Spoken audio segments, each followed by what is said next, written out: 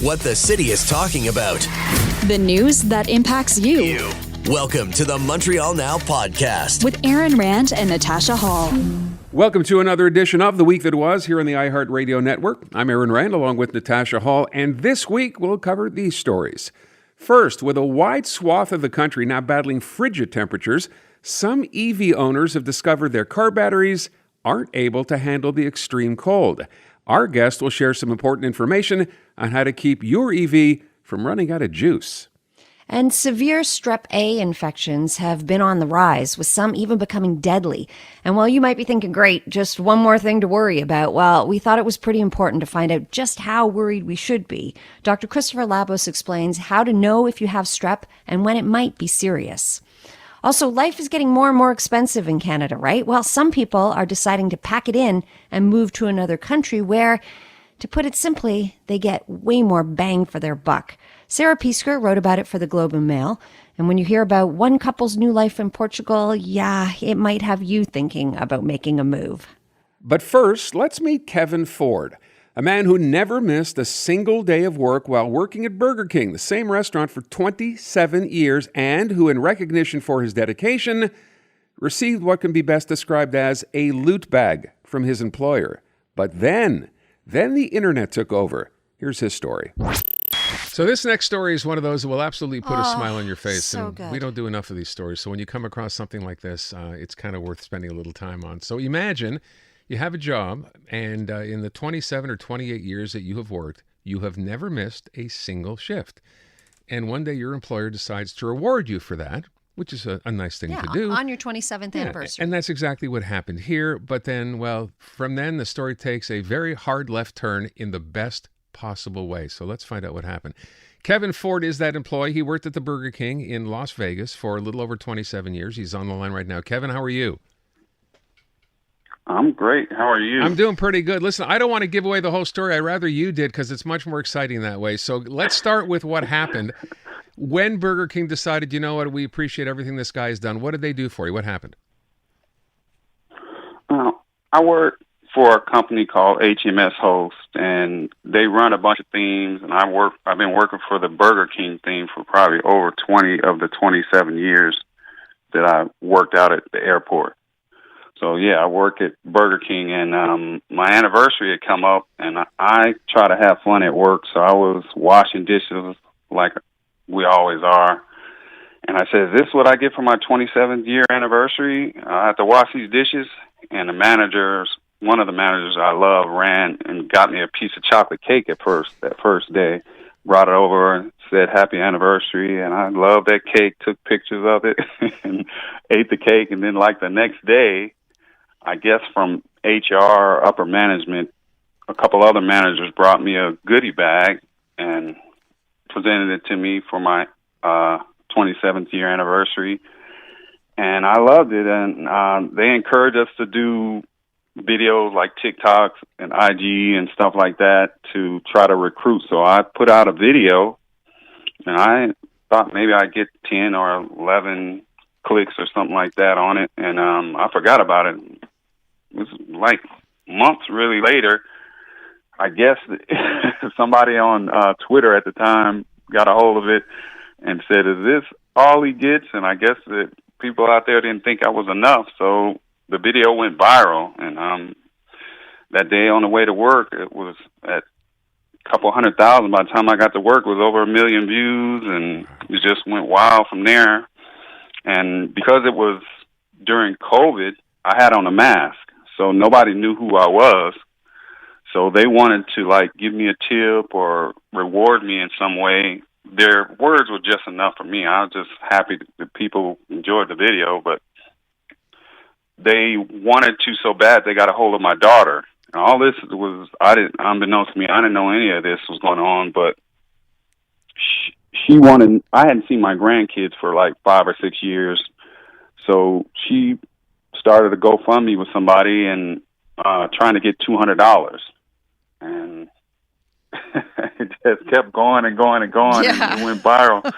And now it's over like $450,000, you know, that Kevin 27BK GoFundMe is just it just keeps going and going. It's just an unbelievable dream is what it is. So your original, before we even get to your daughter, I'm dying to know what was in this gift pack that people, felt they had to say, well, wait a sec, that's all you got for your 27 years? What did the higher-ups give you, Kevin? And you were happy with it. That's the thing. So tell us what was in it. It was like 2 pens, couple of lanyards, keychain. Yikes.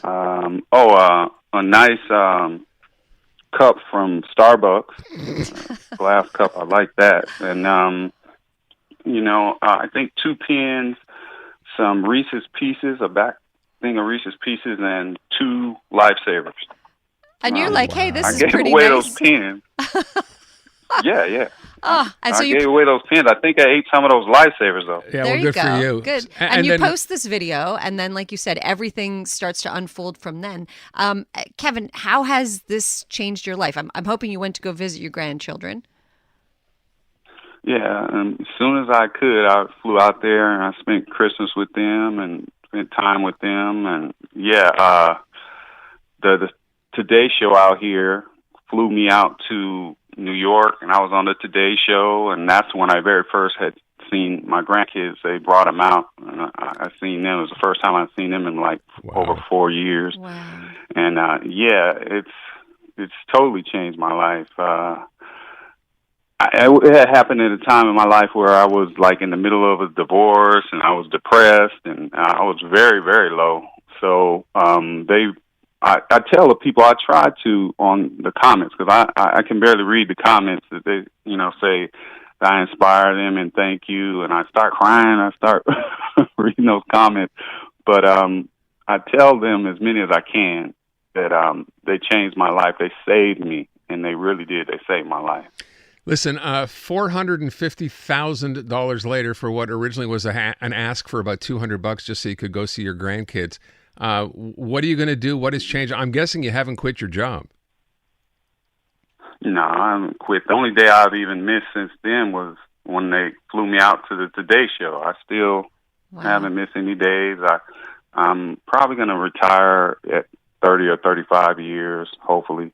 But yeah, I put money up for retirement, money up for my kids and my grandkids, bought a hybrid car, my dream car, and now, recently, like in December, I closed on the house, and I'm in it right now. It's a mess. I'm glad we're on the radio. There's boxes everywhere, but... So you just moved into your new house. What a great story. Wow. And I'm guessing this is not necessarily over, right? I mean, you go on the Today Show, suddenly a few more million people who maybe didn't know your story now do. So is this just going to keep going? Is this GoFundMe page still up there? Yeah, I spoke to them recently, and they told me, don't ever take it down. They said my story is their favorite story almost they've ever had, and they love me.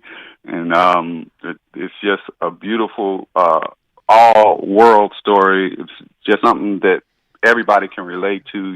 I guess the people see in me their father, their brother, or something like that. But I don't know. I just am happy to be an example. And I tell people, if you feel that there's no hope for humanity and that there's no love and that, you believe in what people are telling you, don't. Look to me as an example and realize that the whole world just basically saved my life. Just lift me up and just give money to a perfect stranger. It's really, really a beautiful miracle. It really is. What a beautiful Kevin, story. You are easy to love. You are so easy to love. And now, I can only imagine the effect this is having on other people hearing this story. Can you allow yourself a couple of days off maybe now? I get days off, I'm all right. I'm 56, but I feel young. As long as I can work hard, my mom raised 7 kids, and I believe that with her and my dad being in the Air Force, they're both passed on right now. Those are 2 of the only days I even went home early, but when they passed away. But if they can do what they did, what I'm doing is nothing. What our forefathers, foremothers, the people who paved the way for us did, we ought to feel lucky that we even exist. That, every day I wake up, I'm very blessed. So I feel I'm doing them a disservice. I'm sitting around. So I try to work as hard as I can and do what I can, do my part for my children and for my generations. You are one and for my special community. guy. So wow. You are easy to love.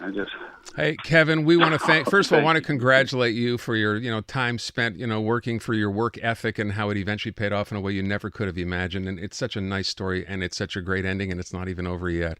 Kevin, thank you so much for being with us. We wish you all the best, my friend. Thank you guys for having me. I love Canada. Hey, I love y'all. Come visit us. Thank you. Whenever you want to come up to Montreal, give us a call. We'd be happy to have you on the show. As soon as I can, I'm going to get out there. All right. And meet some nice people. Bring your winter coat. Thank you. All right, there you go. His name is Kevin Ford. Wow. Burger King employee in Las Vegas, Nevada, whose daughter set up that page, and $450,000 later, story. Life has turned out pretty nicely.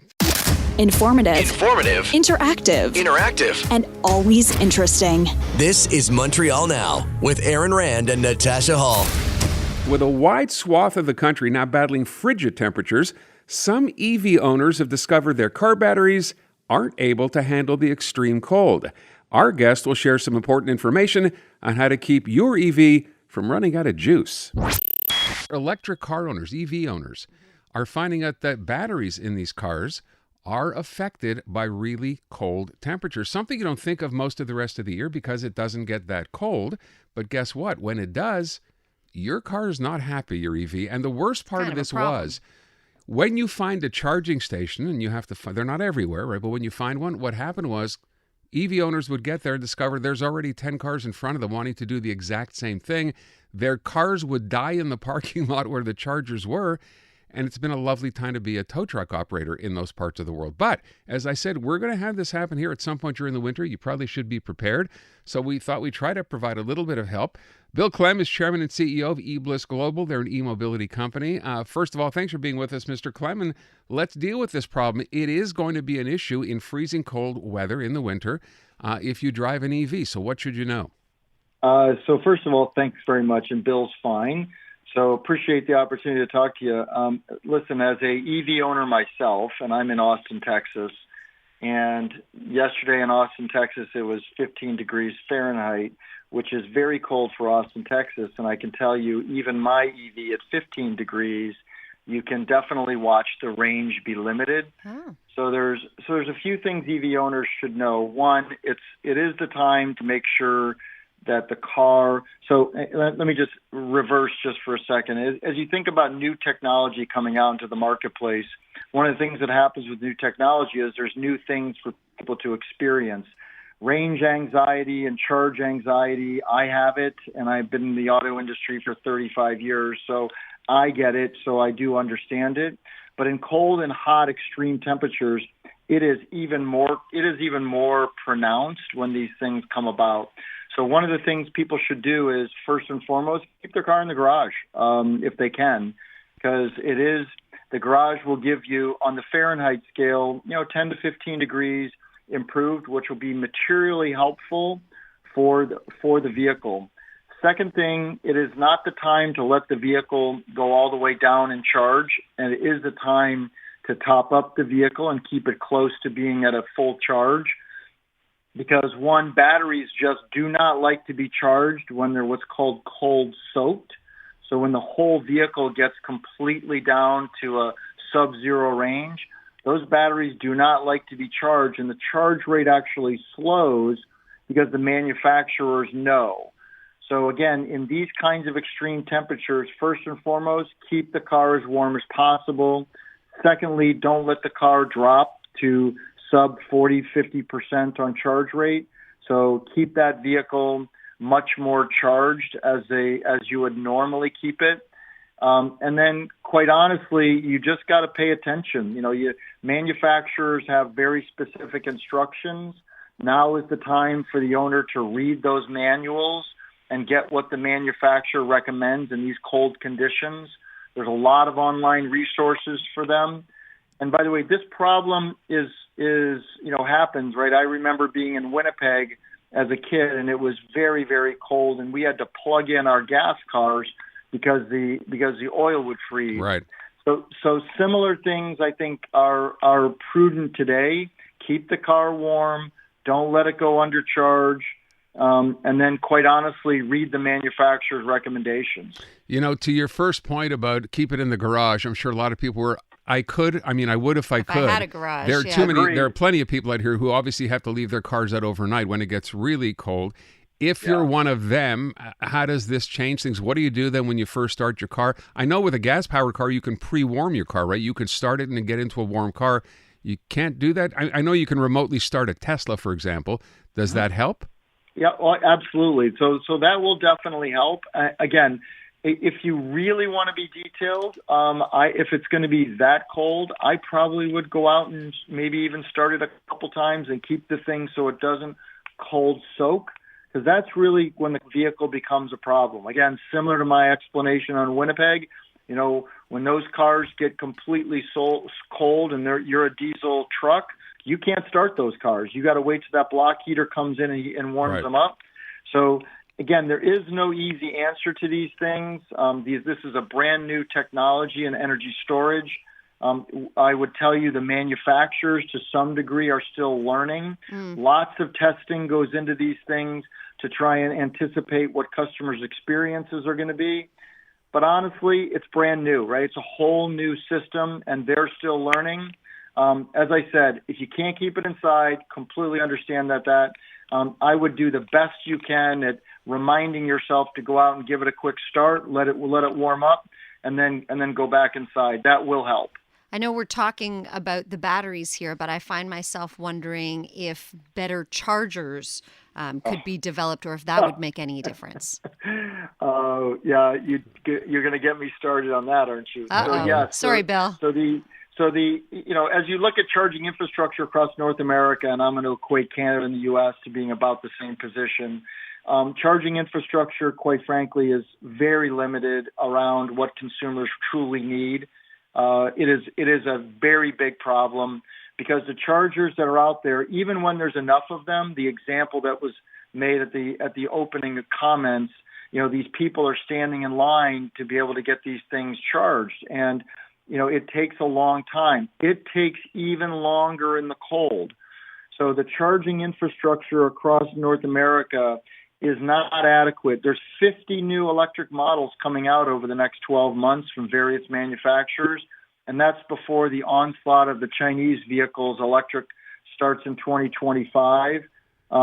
There's a lot of work that needs to be done to provide consumers with the ability to effectively own and operate these vehicles. Okay.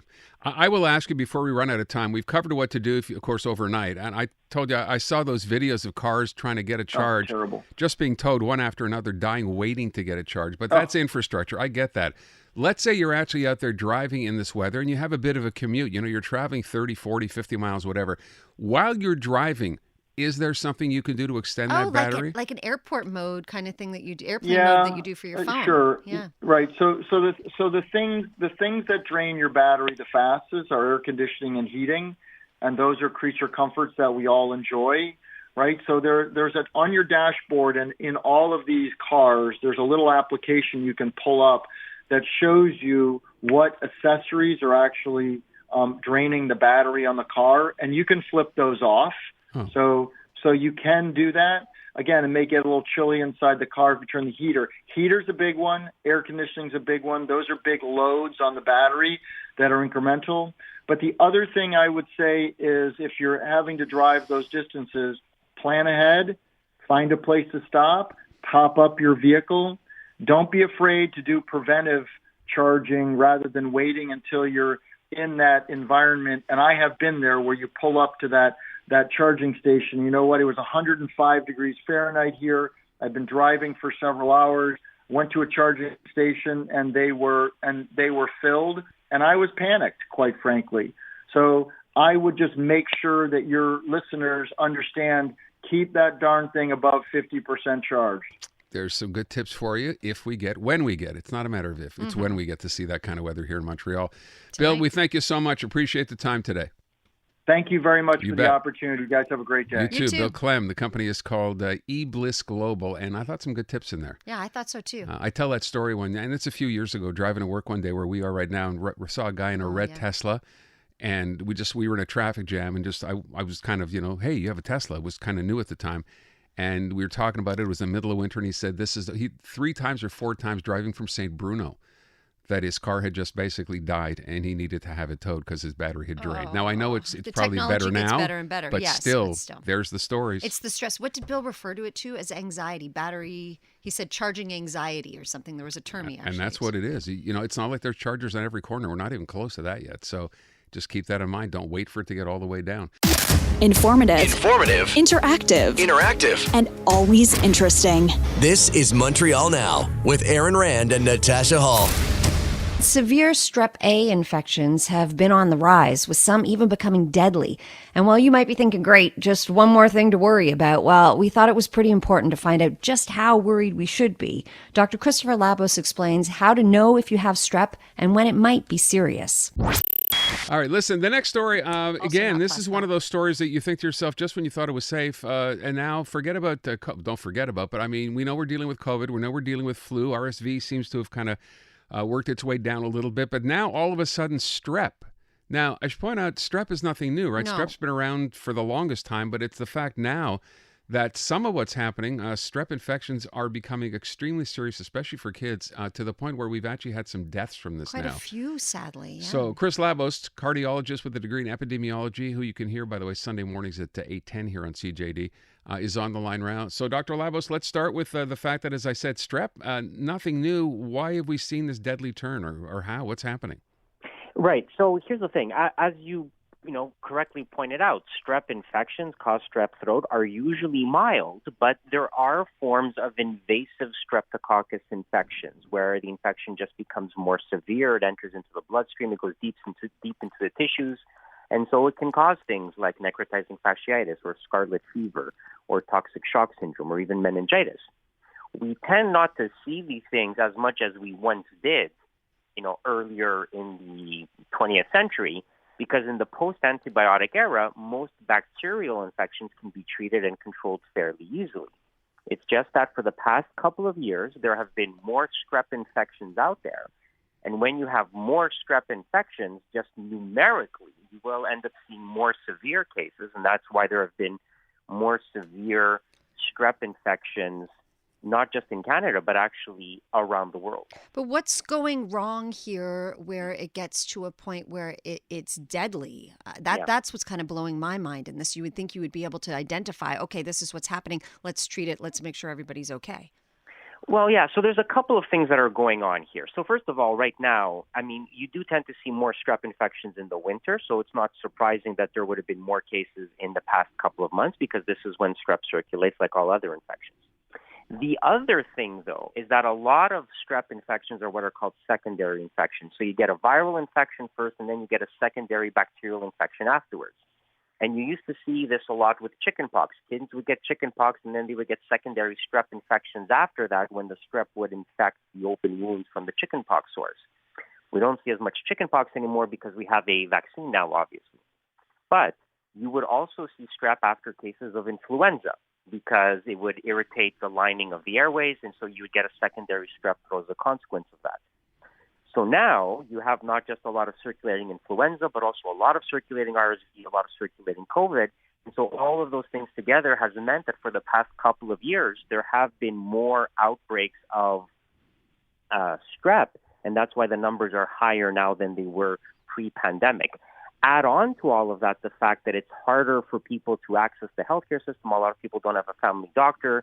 A lot of people don't know where to go when they get sick. And so what was once fairly straightforward, you go, you get a throat swab, you find out if somebody has strep, you treat them with antibiotics.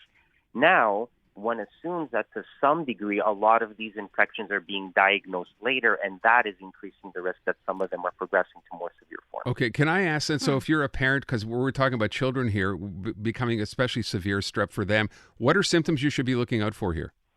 So strep throat typically is a very severe sore throat, very high fever, the throat inside, if you were looking at the mouth, very red and inflamed. Typically, you see sort of white patches on the throat if you're able to look in the mouth and see them. But it's very hard to differentiate strep throat from other viral symptoms. Now, if your child also has a runny nose, nasal congestion, typical viral syndromes, then it's less likely to be strep. Strep throat classically would typically be a sore throat, but none of these sort of nasal congestion, runny nose type symptoms that would go along with sort of a regular cold, as it were. My understanding is that it also, everything happens really quickly. Once it gets to a dangerous point, there's kind of almost no turning back, it seems. Yeah, I mean, it can be, and there are certainly severe cases, to be sure. I don't mean to sound dramatic. I sounded a bit dramatic there, but I was seeing that people were being hospitalized, and then it was all happening very quickly.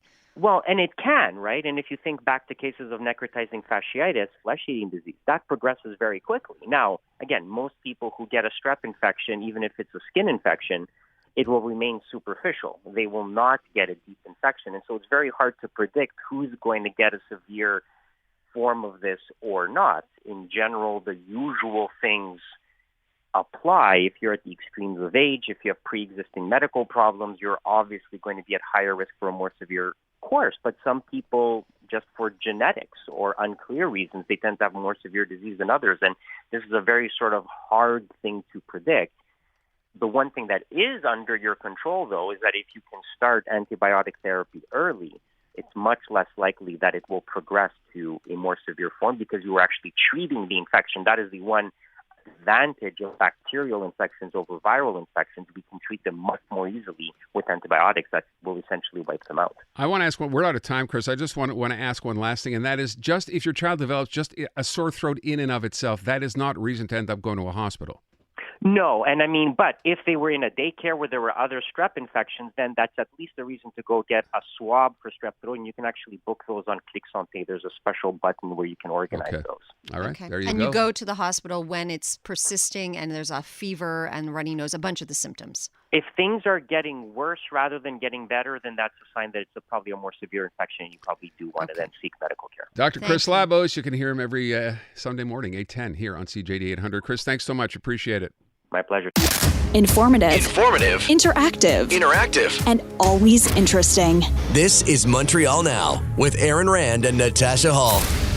Life is getting more and more expensive in Canada, right? Well, some people are deciding to pack it in and move to another country where, to put it simply, they get way more bang for their buck. Saira Peesker wrote about it for the Globe and Mail. And when you hear about one couple's new life in Portugal, it might have you thinking about making a move. I came across a story the other day. I guess this is in the Globe and Mail, and it's funny because you look at this and you think to yourself, well, I know people who've done the same thing or are contemplating doing the same thing, and it all has to do with how expensive it is getting, or more and more expensive to live here. Period. Now, obviously, housing in Toronto much more expensive than it is here. Not that we're giving it away here, but the story begins with a couple in Toronto who decided, you know what? For the $1 million it would take to buy just basically a home, any home in Toronto, they could do much better somewhere else. And that's what they decided to do. Saira Peesker is a regular contributor to The Globe covering business and personal finance. She's on the line right now. Saira, thanks for being here today. Thank you for having me. Nice to be here. So let's begin with this couple. They ended up at the end of the day moving to Portugal, but it took a while to get there. And when they finally realized what they could get for their $1 million there, it's quite eye-opening. It is quite eye-opening. They ended up with a mansion, basically. They called it a mansion with 6 suites, 3 stories, and a great Gatsby look. And they paid just over $1 million for that. That compares to the Little Italy neighborhood in Toronto where they live, where if they paid $1 million, maybe they would get a teardown. So big difference. Beyond that, and I know one of the quotes in the story is from one of the two people who moved, we both have good paying jobs. But even with those, we could never afford to buy the kind of house we wanted to in Toronto for that kind of money. Bottom line, I imagine a lot of people find themselves in that same position. Yeah, and I think it's not getting any easier, what with inflation and the cost of borrowing. You know, anyone looking at a house right now has to be thinking about the mortgage and how much they're just going to be paying to service their debt, right? So I think we're seeing houses move even slower now than they ever have, but the prices aren't really going down either. Well, and you speak in this article to the fact that we're experiencing here in Canada right now record immigration, but also huge emigration, people leaving.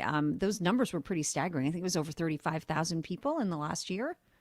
That's right. And it's the largest number in the last, say, 5 years, and that does include the pandemic, right? Not a lot of people moved during the pandemic. But it does say something when we're at a time where so many people want to come to Canada, and it's a very desirable place to a lot of people from around the world. But the people who have been here for a while, a lot of them are saying, if I have a different option, maybe it's time to exercise that. It's people who have citizenship elsewhere sometimes, or people who can work remotely. Those types of people now are sort of looking at those other options and saying, I might have a better lifestyle. Is this unique to Canada? Is this a North American phenomenon? What's going on here? I mean, I can't say exhaustively. I didn't do this research on, a lot of other countries, but I did see a report, and this came from the British Columbia Business Council, and they were saying that Canada has had the, I think, 7th worst or 8th worst recovery, fifth worst, sorry, I just saw my note, the 5th worst recovery from the pandemic economically in the 35 countries that are in the OECD. And I mean, that's a lot. A lot of countries doing better than us, so that people might say, maybe that's somewhere where I could make a bit more, or where I wouldn't have to pay $100 just for a handful of things at the grocery store. Yeah, it's worth pointing out when you mention that that's where we fall in a list of the OECD countries. I think ordinarily tend to think we'd be at the top of the list, not near the bottom of the list. So that's a bit, concerning, number one. But number two, you brought up something a minute ago about remote work, which so many more people can do now than ever before. There are countries that make that more available for people too, right? I mean, certainly parts of Europe offering special visas for those people. Yes, I understand that Portugal has a remote work visa, or they call it a digital nomad visa, but there are also a few other European countries that are doing it. It seems to be a trend in places where maybe they want to attract people. A lot of those countries like Italy and some of the other countries around there that have had some economic strain in recent years are trying to get people to fill up their empty villages, or get young people who are willing to come spend money there. So that seems to be an increasing option for people who want to travel. I find myself wondering, Saira, of the people you talked to for this article. So this couple that's gone to Portugal, and another young woman who went to Spain, I believe. Yeah, Malaga. Does it seem like this is a permanent move for them, or does it seem like they're just trying it on for size and may consider coming back? I mean, the couple who moved to Portugal, I think they're in it for the long haul, or they hope to be. They're going to start a business, and they're going to run basically a cultural hub and rooming house. And I think that they were really tired of a lot of elements of living in Toronto, particularly lifestyle issues. I know Montreal loves to poke at Toronto, but a lot of the issues that Montrealers, see with Toronto or Torontonians are sort of true. Like, people work very hard. There's not a lot of free time. You call your friends, they're always busy. It's hard to sort of cultivate community in Toronto. And I know that was a big issue for this couple.